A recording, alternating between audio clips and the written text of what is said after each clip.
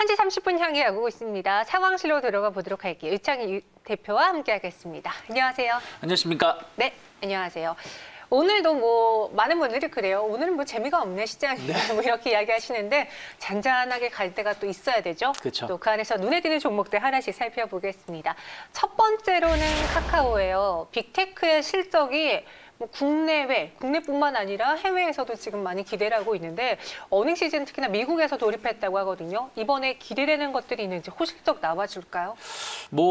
MS 실적 좋게 나왔죠. 네. 지금 시간에서 한 4에서 5% 정도 상승하고 있는 걸로 알고 있고 애플도 이제 실적 발표 앞두고 있는데 나쁘지 않을 것 같습니다. 페이스북이든 아마존이든 저는 빅테크 업체들의 실적은 상당히 좋게 나올 것이다. 다만 이제 이런 것들이 좀 선반영된 측면이 좀 있다는 것이죠. 호실적이. 네. 그래서 그것이 이제 얼마나 추가적으로 주가를 이끌어갈 수 있을지 여부는 좀 봐야 된다. 그래서 저는 빅테크들의 실적이 좋게 나오면 약간 이제 매도 사인으로 시장을 해석할 수도 있기 때문에 이거는 이제 미국 시장 말씀드린 겁니다. 국내 빅테크 업체들은 주가가 오르는 건 없어요. 그래서 네. 미국의 빅테크주들은 그럴 수가 있는데 거기에 너무 휩쓸릴 필요는 없다.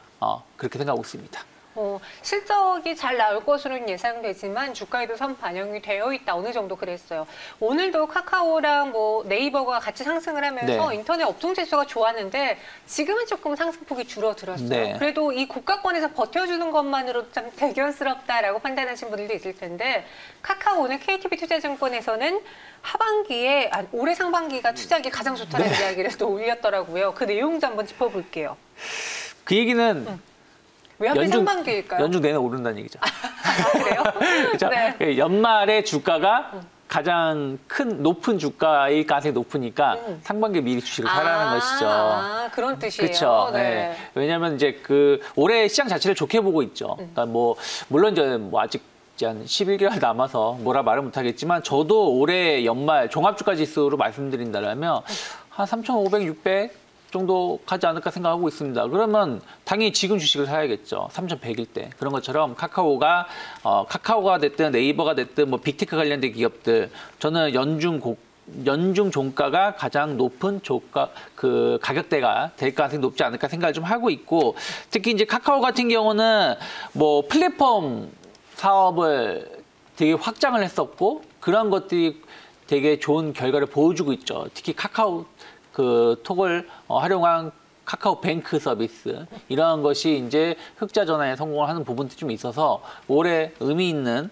실적, 수익성 개선이 또 투자 심리를 자극할 수 있지 않을까 생각하고 있습니다. 네, 카카오 한번 차트 크게 보고 네. 이야기해 볼게요. 이런 분도 있어요. 카카오 관련 IPO 상장 때문에 지금 카카오를 계속 들고 가는 건 어떨까요? 라고 하셨거든요. 카카오뱅크의 상장 IPO도 기대가 있잖아요. 그렇죠. 최대하에서 한번 확인을 해 볼게요. 카카오의 네. 주가를 보면은 오늘 장은 위에서 늘고 있죠. 네. 네. 오늘 또 마찬가지고 계속 최근에 1월 달에 상당히 주가 상승률 좋았습니다. 38만 원이었던 주가가 47, 8만 원까지 올라왔다는 얘기는 거의 20% 이상의 주가 상승을 기록을 했고 또 좀 기간 조정을 잘 주면서 또 2차 상승을 좀 보여주고 있기 때문에 저는 카카오 그룹주들 계속해서 IPO 기대감들 이런 것들이 작용을 한다라면 그건 투자 모멘텀이 될 수 있다 생각하고 있고 저는 한 50만 원 정도 목표가 충분히 열려 있다 생각하고 있습니다. 카카오 단기 목표 주가 50만 원 제시해 주셨고요. 저희 차트가 좀 작게 보여서 그런가요? 제일 크게 해 주셔야 돼요. 제일 크게 제 화면에서 제일 크게 한 건데. 그거를 최대화해 주셔야 되는데. 일단 좀 더 노력해 보겠습니다. 한번 노력해 보세요. 저희 카카오에 대해서는 단기 목표 주가 50만 원 제시해 드렸습니다. 더 좋게 주가가 오를 것으로 예상되고 있는 종목이고요. 이어서 두 번째 펄어비스 상황실로 넘어가 볼게요. 요즘 게임주들의 흐름이 좋았습니다. 그리고 펄어비스도 작년에 신작도 없고 한알령에 대한 부담감도 계속 있고 그래서 네. 20만 원대에서 계속 힘들게 움직이다가 오늘 30만 원까지 지금 회복을 해낸 모습이에요. 붉은 사막 기대감에 기업 가치가 상승했다고 하는데 현재 구간은 7% 가깝게 급등하고 있고요. 30만 2,400원에서 주가 형성하고 있거든요. 펄어비스 최근 주가 왜 올랐는지 그 배경부터 한번 정리해 볼게요. 네, 펄어비스가 이제 검은 사막 이제 모바일 버전. 네. 이제 원래 PC 버전이 좀 있었고 상당히 인기가 있었고 이제 모바일 버전이 2018년 초반에 출시를 했었죠. 그래서 그러한 것들이 이제 좀 모멘텀을 작용했다가 좀 이제 오래된 게임이다 보니까 최근 1, 2년 사이에는 이렇다 할 모멘텀이 없었습니다. 그러다가 이제 검은 사막의 후속작 붉은 사막이 이제 곧 출시를 앞두고 있고 이것이 이제 PC 콘솔 게임으로 이제 출시를 합니다. 그런 것들이 또 신규 모멘텀으로 좀 작용을 하고 있습니다. 그래서 검은 사막이 국내에서는 조금 뒤처진 게임이 될 수 있지만 또 북미 혹은 유럽의 서비스 전환에 대한 기대감들 거기에 맞춰가지고 붉은 사막에 대해서 어떤 신작에 대한 기대감들이 작용을 하면서 주가가 오늘 6%가 넘는 상승을 좀 보여주고 있지 않나 생각하고 있습니다. 게임주들 전체적으로 흐름이 좋은데 먼저 펄어비스의 가격 전략을 세워볼게요. 최대화해 놓으셨네요. 네. 펄어비스는 지금 가격에서 따라잡기는 좀 부담스러울까요? 저는 매수 가능하다 생각하고 있습니다. 왜 그래요? 그러냐면 제가 지금 그 기업 이름을 까먹었는데 네네. 미국에 지금 게임 업체 지금 난리 난 게 하나 있지 않습니까? 한 $30이던 것이 지금 160달러인가요? 150달러로 올라가지고 지금 상당히 이슈가 됐었던 것들이 있는데 네. 저는 게임 업체들에 대해서의 어떤 흐름들은 좀 더 이어질 수 있다. 특히 그 코로나 이슈가 좀 작용을 하면서 게임주들이 좀 수혜를 입었고 또 펄어비스는 또 중국 판호에 대한 기대감들이 좀 있습니다. 그래서 그런 것을 본다라면 저는 35만 원 정도까지 목표가 충분히 열려 있지 않을까 생각하고 있습니다. 그러면은 그 게임주의 흐름이 전체적으로 좋다고 하면은 또 올해 신작 나오는 네. 게임 회사들도 많고 여기 한한령 해지에 대한 기대감도 다시 커졌잖아요. 네. 게임주 좋게 봐도 좋을 만한 거 무엇이 있을까요? 일단 저는 항상 탑이 NC소프트입니다. 역시 대장이에요. 네. 왜냐면 대장주이기도 하고 네. NC소프트는 다른 회사랑 다르게 현금 창출 능력이 가장 높은 기업이에요. 우리가 한 20, 30년 된 리니지도 네. 충분한 계속 현금 창출을 해주지 않습니까? 그렇죠. 계속 아이템을 사야 되죠. 사고를 우려먹듯이. 그래서 네. 그러한 부분들 그리고 신작에 대한 기대감들도 NC소프트가 웬만하면 실패한 적이 거의 없어요. 그런 것을 본다라면 NC소프트 탑으로 봐야 된다 생각하고 있고 약간 이제 모바일 쪽으로 좀 옮긴다라면 컴투스 저는 나쁘지 않게 보고 있습니다. 특히 컴투스는 모바일 게임 업체 중에서 가장 시초가 되는 기업이기도 하고 여러 다작품들이 있다고 저는 생각하고 있기 때문에 네. 저는 컴투스, NC소프트 좀 관심적인 기업의 재평가 이루어질 수 있다 생각하고 있습니다. 네, NC소프트 100만 원 갔다가 금방 다시 내려와요라고 하는데 워낙 주당 가격이 비싸가지고요. 네. 좀 오르면 이 100만 원이라는 그 의미를 갖고 있는 게 또 있어서 많은 네. 분들이 100만 원에서 파려고 좀 기다리시는 것 같아요. 그래도 또 빛을 발하는 대장주는 한 번 또 시동 걸면 계속 가니까 그쵸. 조금 더 눈여겨보도록 할게요. 이어서 다음 상황실로 넘어가 보겠습니다. 이번에는 삼양홀딩스인데 흡수합병 소식 때문에 또 오늘 갭상승으로 문을 열었고요. 네. 현재도 16% 급등 보여주고 있어요. 자회사 삼양바이오팜을 흡수합병한다는데 어떤 회사인지 그에 대한 시너지 효과 한번 정리해 주세요. 네, 삼양홀딩스 삼양바이오팜을 인수를 하죠. 이 회사가 이제 원래는 2011년 정도에 분사했었던 기업입니다. 그리고 나서 생분해서 봉합사 관련해서는 1위, 전 세계에서 1위 점유율을 좀 차지하고 있고 네. 여러 개 지금 신약 후보 물질에 대해서 좀 개발을 좀 하고 있고 관련해서도 좀 좋은 연구 결과 혹은 파이프라인을 좀 잘 가지고 있습니다. 그래서 저는 이번 삼양 바이오팜하고 흡사합병 나쁘지 않게 보고 있고 네. 어찌되었든 삼양 그룹 자체가 약간 이제 음식료 맞아요. 쪽에 좀 치우친 회사 아니겠습니까? 그러다 보니까 약간 성장성에 대해서는 약간 정체 현상을 띠고 있습니다. 물론 이제 불닭볶음면이 전 세계 히트를 치고 있지만 그 안에서의 흐름이 아니겠습니까? 그래서 뭔가 새로운 모멘텀을 좀 찾아가려고 했고 작년에 그런 노력을 많이 했죠. 수소 시장이라든지 또 이번에 삼양 바이오팜을 흡수합병해서 이쪽에 대해서 조금 집중적으로 육성을 하겠다는 것이기 때문에 저는 전체 삼양 그룹의 입장에서 본다 그러면 나쁜 건 아니다 생각하고 있습니다. 말씀하신 것처럼 사실 삼양하면 음식료가 가장 먼저 떠오르고 Q1 떠오르고 그러잖아요. 네. 근데 알고 보면 수소 사업도 하고 있고요. 이번에 자회사로 흡수합병한 바이오 사업도 있습니다. 그렇게 따지면은 음식료는 방어주 역할도 하니까 네. 삼박자를 다 갖춘 회사라는 매력도 있겠어요. 그렇죠. 네. 지금 어쨌든 이제 실적을 주력으로 발생하는 거는 음식료 쪽이죠. 뭐 라면 사업이 됐든 네. 뭐 이런 그 식품 쪽으로 해가지고의 수익성인데 이것을 바탕으로 해가지고 이제 바이오라든지 수소 쪽으로 가는 것인데 뭐 수소 쪽은 뭐 조금 더 봐야 될 부분들이 좀 있습니다.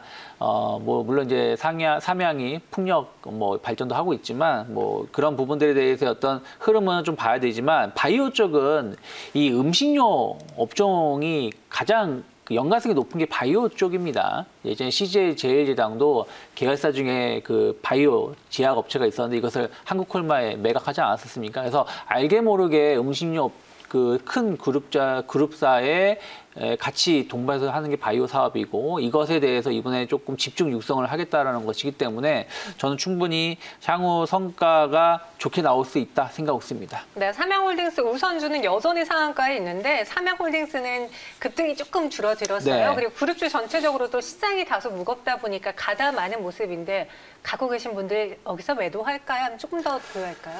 뭐 저는 조금 더 볼 수 있다. 물론 너무 이제 이런 큰 기업이 급등을 했고 또 삼양 바이오팜을 흡사병 했다고 해서 당장 어떤 뭐 성과를 보여주진 않겠습니다만은 저는 한 13만 원 정도까지의 목표가는 여전히 유지할 수 있지 않을까 생각하고 있습니다. 네, 알겠습니다. 삼양홀딩스 조금 더 보유해도 괜찮겠다. 목표 주가는 일단 13만 원으로 제시해 드릴게요. 이어서 다음 상황실로 넘어가 보겠습니다. 정말 오랜만에 저희가 들고 왔어요. 네. 어제 기억하시나요? 저희가 마감해서 한다해서 인성희 고모님이 삼성 바이오로직스 한번 봐보자라고 했는데 그 배경에는 실적 발표가 네. 있었고요.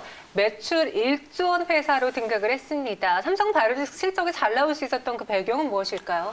뭐 공장 가동률이 뭐 풀가동되고 풀가동이라고요, 네, 상공장인데. 네. 그래서 뭐 지금 상공장이 증설됐을 때 이것을 과연 돌릴 만한 내용이 있냐. 삼성 너무 공장만 늘리는 것이지 실제 매출이 없을 수도 있지 않냐는 우려감들이 좀 있었는데 뭐 발표 내용을 보면 뭐 풀 가동하고 있다고 합니다. 그만큼 지금 수주가 잘 진행이 되고 있다라고 생각을 좀 하고 있고요. 네.